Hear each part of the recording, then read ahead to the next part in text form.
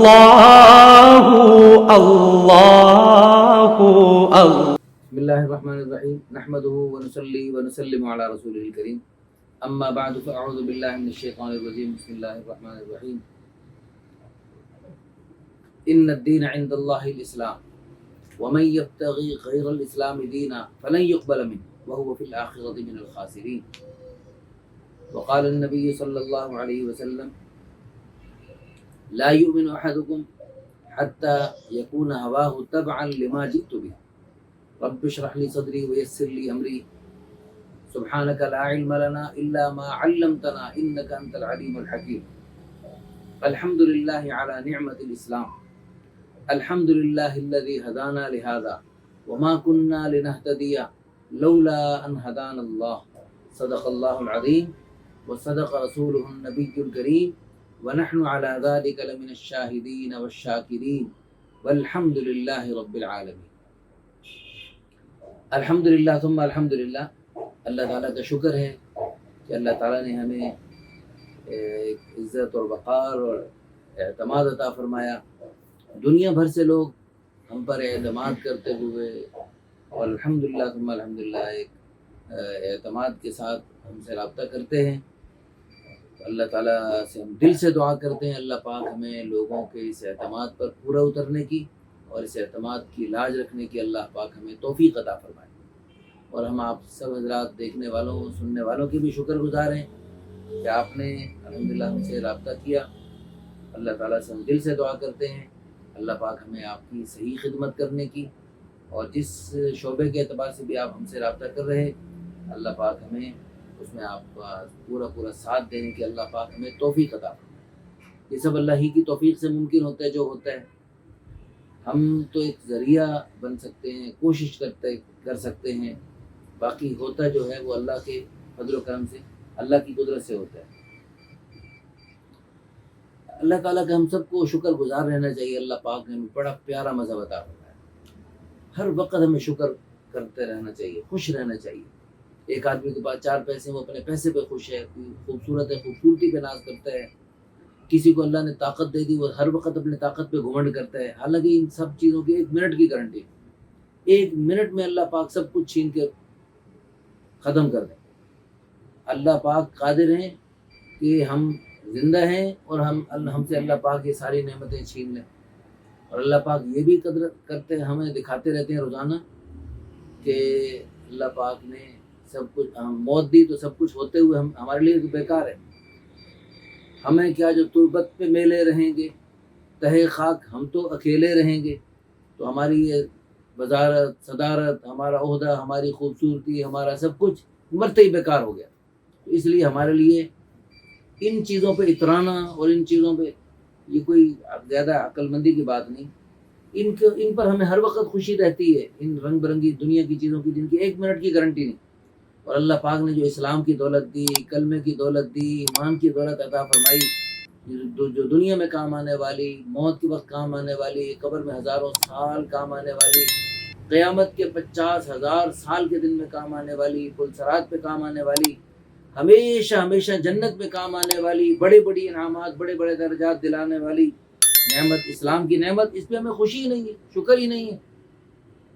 اور بھائی شکر اگر ہوتا تو ہم اس کی قدر کرتے، ہم غیروں کے ہاتھ نہ پھیلاتے، ان کے سامنے کشکول لے کے نہ جاتے اور ان کی تھوک چاٹ کے فخر نہ کرتے، اور اپنی خوشی میں، غمی میں، زندگی کے مختلف شعبوں میں ہم ان کی طرز کو اختیار نہ کرتے، بلکہ ہم اپنے اسلام پہ خوش ہو کر دکھاتے اور خوشی اور فخر سے ہم اس کو اپناتے اور ساری دنیا میں پھیلاتے.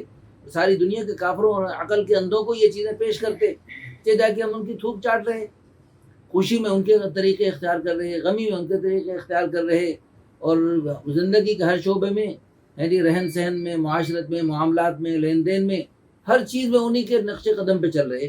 اس کا مطلب ہمیں اپنے اسلام کی خوشی نہیں ہے، ہمیں اپنے اسلام پہ فخر نہیں ہے. تو ہمیں اللہ کا شکر ادا کرنا چاہیے. الحمدللہ الذی ہدانا لہذا وما کننا لنہتدی لولا ان ہدانا اللہ. اگر اللہ ہمیں اسلام کی دولت اور یہ اسلام کی ہدایت عطا نہ فرماتے تو ہم جو ہے کہاں یہ اسلام کی طرف چل سکتے تھے. اللہ کا شکر اللہ نے اسلامی گھرانوں میں پیدا فرمایا. اور دوسری بات یہ ہے کہ ہمارے یہ جو شادی کا شعبہ ہے، یہ شادی کا ہے، یہ بھی ہمیں خوشی کا موقع ہو، غمی کا موقع ہو، اس میں ہمیں اللہ تعالیٰ نے ہمیں قدم قدم پہ ہماری رہنمائی ہے۔ اسلام الحمدللہ ایک مکمل ضابطہ حیات ہے، اس میں شادی کا بڑا اہم شعبہ ہے، زندگی کے اہم ترین موڑ ہے اور ایمان کی تکمیل کا ایک ذریعہ ہے۔ تو اس میں ہمیں اسلام نے بے یار و مددگار چھوڑ دیے، جیسے چاہے ہم شادی کریں۔ نہیں بھائی نہیں، شادی کے موقع پر تو قدم قدم پہ ہماری رہنمائی ہے کہ رشتہ کیسے تلاش کرنے ہیں، پھر اس میں شادی نکاح کیسے کرنے ہیں، پھر نکاح کے بعد پہلی رات میں بیوی کے پاس کیسے جانا ہے، اور پھر بچہ پیدا ہو تو اس کی آپ نے کیسے رہنمائی کرنی ہے۔ حتیٰ کہ بیوی کے پاس آپ خلوت میں ہیں، اس خلوت کے موقع پر بھی شریعت نے آپ کو تنہا نہیں چھوڑا، اس میں بھی ہمیں دعائیں بتلائی ہیں، اس میں بھی اعمال بتلائے ہیں، اس میں بھی رہنمائی کی ہے ہماری۔ تو اللہ تعالیٰ کا ہم شکر ادا کریں اور خوشی خوشی اللہ اور اس کے پیارے حبیب صلی اللہ علیہ وسلم کی ان پیاری تعلیمات کو اپنائیں، اور خوشی سے اپنائیں، بلکہ ساری دنیا کے عقل کے اندھوں کو فخر کے ساتھ پیش کریں اور ان پہ ترس کھائیں، ان بیچاروں پہ ترس کھائیں۔ ہاں کہ وہ بیچارے اس دولت سے محروم ہیں، کاش کہ وہ بھی حضور کے امتی ہیں، وہ بھی اس چیز کو، دولت کو اپنا لیں اور دنیا آخرت میں کامیاب ہو جائیں۔ وہ بیچارے پریشان ہیں، اللہ کی قسم ساری دنیا کے سارے باطل مذاہب والے سب پریشان ہیں۔ ہے انا للہ و انا الیہ راجعون، بڑے دکھ اور درد کے ساتھ یہ بات کہنی پڑ رہی۔ ہم ان عقل کے اندھوں کی جو قوانین ہیں ان کو اپنے اس ملک پاکستان میں ہم چلا رہے ہیں، اور بھائی پاکستان میں اگر وہی چیزیں چلانی تھی پھر اس پاکستان کو حاصل کرنے کی ضرورت کیا تھی؟ اس پاکستان میں ہمیں آنے کی ضرورت کیا تھی؟ اور اتنا خون خرابہ کرنے کی، لاکھوں جانیں قربان کرنے کی اور خون کی ندیوں میں تیر کے آنے کی ضرورت کیا تھی اگر انہی کے قوانین چلانے تھے؟ ارے پاکستان کا مطلب کیا؟ لا الہ الا اللہ۔ ویسے بھی اگر یہ ہمارے بزرگوں نے قربانیاں نہ بھی کی ہوتی، ہم مسلمان ہیں، ہمیں اس کے بغیر بھی ہمیں پوری دنیا میں کہیں اور کوئی ملک پاکستان میں نہیں رہتا، دنیا میں کہیں بھی رہتا ہے جو مسلمان ہے، اس کو تو اسلامی تعلیمات کو اپنانا ہے اور جہاں تک اس کا بس چلے اس کو آگے بھی پھیلانا ہے۔ لیکن ہمارے ساتھ تو، ہمارے پاکستان والوں کے ساتھ تو ایک خاص معاملہ ہے۔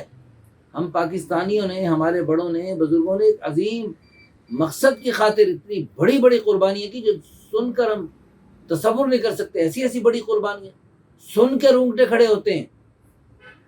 اگر یہی قوانین بنانے تھے اور اپنے سینٹ میں وہی بل پاس کرنے تھے جس سے اسلام کے بالکل خلاف اور اپنے ہمارے ہندوستان، ہند و پاک کی جو معاشرت ہے اس کے بالکل خلاف اور عقل کے خلاف، یعنی وہ بھائی ان بیچاروں کی تو خاندانی زندگی تباہ ہو گئی ہے، ان کا فیملی سسٹم تباہ ہو گیا ہے، اب وہی اسی تباہی کو ہم لا رہے ہیں ادھر۔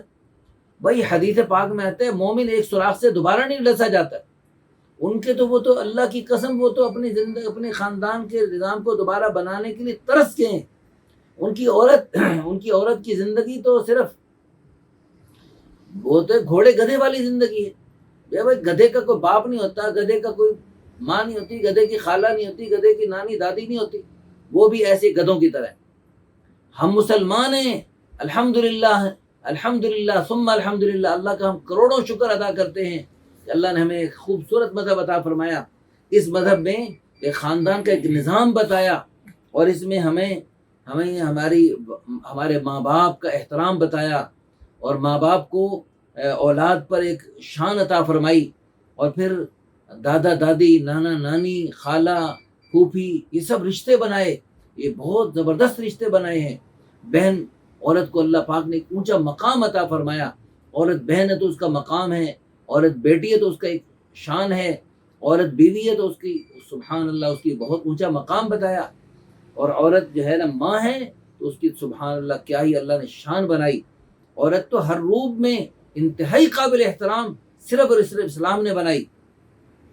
حقوق نسواں پر ایک بہت بڑا ایک پروگرام ہو رہا تھا جس میں مختلف مذاہب کے لوگ جمع تھے، اس میں ہندو بھی تھے، سکھ بھی تھے، عیسائی بھی تھے، اس میں الحمدللہ مسلمانوں کی طرف سے اللہ نے بندہ ناچیز کو بھی جانے کی توفیق عطا فرمائی۔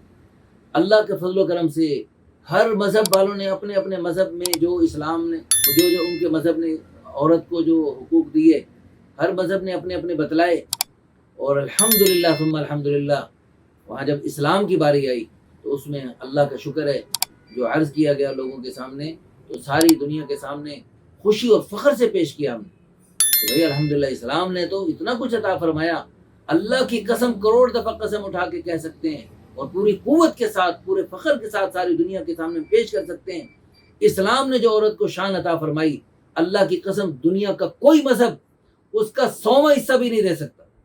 تو اس لیے ہم خوش رہا کریں اپنے اسلام پر، سارے مرد بھی خوش رہیں اپنے اسلام پر اور ساری عورتیں بھی خوش رہیں اسلام پر۔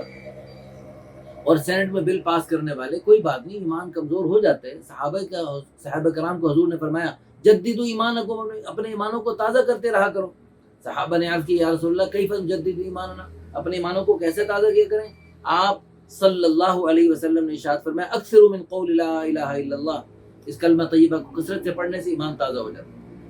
تو سینٹ میں بل پاس کرنے والے وہ بھی اور ہم سب بھی، ساری ملک والے، ساری دنیا والے، جب صحابہ کرام جیسی مقدس ہستیاں اپنے ایمانوں کو تازہ کرنے کی کوشش فکر میں رہتے تھے اور منافقت والی باتوں سے بچنے کی کوشش فرماتے تھے اور اپنے آپ سے منافقت کے بارے میں ڈرتے رہتے تھے، تو ہمیں بھی ڈرتے رہنا چاہیے اور منافقوں والی باتوں سے بچنا چاہیے اور جو ہے اپنے آپ کو پکا مومن، پکا مسلمان بنانے کی ہم سب کو موت تک کوشش کرتے رہنا چاہیے۔ حضور صلی اللہ علیہ وسلم نے جن صحابہ کرام کو بہت بڑی بڑی ڈگریاں عطا فرمائیں، اور حضور نے حضرت عمر رضی اللہ عنہ کو فرمایا لو کان بعدی نبیا لکان عمر، اگر میرے بعد نبی ہوتا عمر ہوتا۔ اتنی اونچی شان عطا فرمائے، اتنا اونچا مقام عطا فرمایا ہے جی، حتیٰ کہ غیروں نے بھی اقرار کیا الفضل ما شہدت بہ الاعداء، اور بزرگی اور شان تو وہ ہے جس کا دشمن بھی اقرار کرے۔ دشمنوں نے اقرار کیا کہ اگر عمر کو کچھ اور موقع مل جاتا، یہ عمر جیسا ایک اور بندہ آ جاتا، پوری دنیا میں اسلام کے علاوہ کوئی مذہب باقی نہ رہتا۔ اللہ پاک نے ان کے دور خلافت میں اتنا تیزی سے دنیا کے کونے کونے اسلام پہنچا دیا۔ تو حضرت عمر رضی اللہ عنہ ہیں جی، اسلام پھیلانے میں پوری قوت سے کام کیا، لیکن اپنے آپ کو کچھ بھی نہیں سمجھتے تھے۔ اور زندگی میں بھی حضرت حذیفہ رضی اللہ عنہ حضور صلی اللہ علیہ وسلم کے رازدار صحابی ہیں، ان کے گھر میں سخت تپتی دوپہر میں جا پہنچے اور جا کر ان کا دروازہ کھٹکھٹایا، وہ حیران پریشان، امیر المومنین خلیفۃ المسلمین، حضرت آپ میرے دروازے پہ مجھے بلا لیتے، میں حاضر خدمت ہو جاتا۔ فرمایا نہیں، میرا کام تھا، میں خود حاضر ہوا آپ کے پاس، آپ کو اللہ کے پیارے حبیب صلی اللہ علیہ وسلم نے راز بتلا دیے تھے، منافقین کے نام بتا دیے تھے، میں یہ نہیں پوچھتا مجھے وہ ساری فہرست بتاؤ، وہ حضور کا آپ کا راز تھا، تو صرف مجھے اتنا بتا دو میرا ان منافقین کی فہرست میں میرا نام ہے یا نہیں۔ اللہ اکبر، وہ بھی اپنے آپ کو منافقت سے ڈر رہے اور کانپ رہے، حتیٰ کہ زندگی بھر ڈرتے رہے اور اپنے ایمان کے آگے بڑھانے کی کوشش فرماتے رہے، اور جب آخری وقت ہوا اور زندگی بھر کی دعا تھی اللہم ارزقنی شہادتا فی سبیلک، یا اللہ اپنے راستے کی شہادت کی موت نصیب فرمائیے، اللہم ارزقنی شہادتا فی سبیلک واجعل موتی فی بلد حبیبک، یا اللہ میری موت تیرے پیارے حبیب کے مدینے میں آئے۔ تو یہ حضور کی، حضرت عمر کی پیاری دعا اللہ پاک نے قبول فرمائی۔ صحابہ حیران ہوتے تھے ان کو مدینے میں کون شہید کر سکتا ہے، وہ تو دنیا کے کونے کونے میں بیٹھ کے کانپتے ان کا نام سن کے، مدینے میں کون شہادت ان کو شہید کرنے کی جرات کر سکتا ہے۔ تو اللہ پاک نے مسجد نبوی میں نماز کے دوران ان کو شہادت سے سرفراز فرمایا، اور یعنی اتنا زندگی بھر دین کے کام کیے، اور جب یعنی وفات کا وقت قریب ہوا، یعنی شہادت کی وجہ سے زخموں سے تاب نہ لاتے وہ جو ہے نا خون نکل رہا تھا اور عجیب حالت تھی، اس وقت اپنا سر زمین پہ رگڑ رہے تھے اور فرما رہے تھے ویل لک یا عمر، اے عمر تو ہلاک ہو گیا، ان لم یغفر لک ربک، اگر تیرے رب نے تیری بخشش نہ کی۔ تو حضرت عمر رضی اللہ عنہ آخر وقت تک اپنے بارے میں جی منافقت سے ڈر رہے اور اپنی بخشش کا فکر فرما رہے۔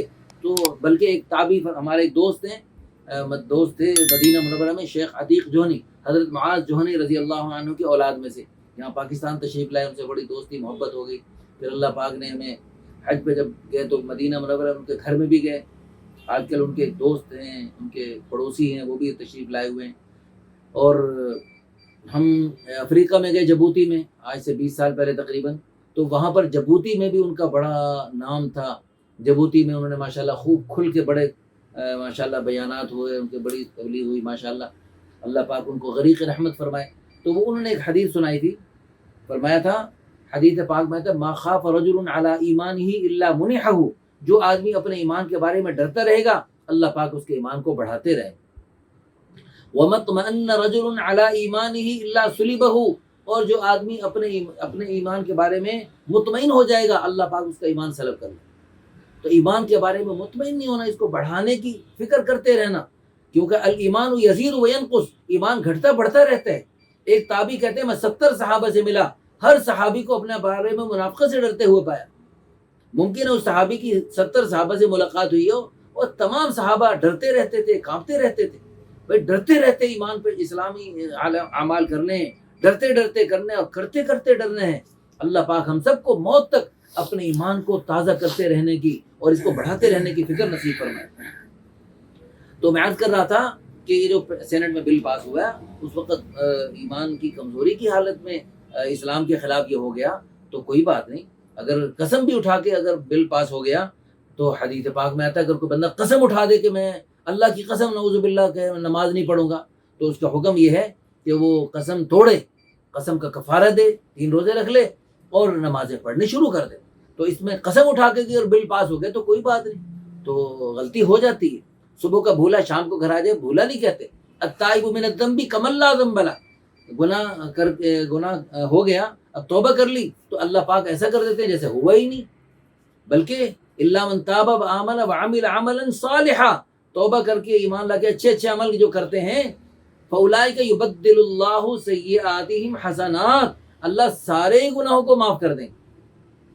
مولانا طارق جمیل صاحب سے ایک اداکار نے کہا ارے مولانا آپ ہماری نیکیاں تو آپ سے بھی زیادہ ہیں.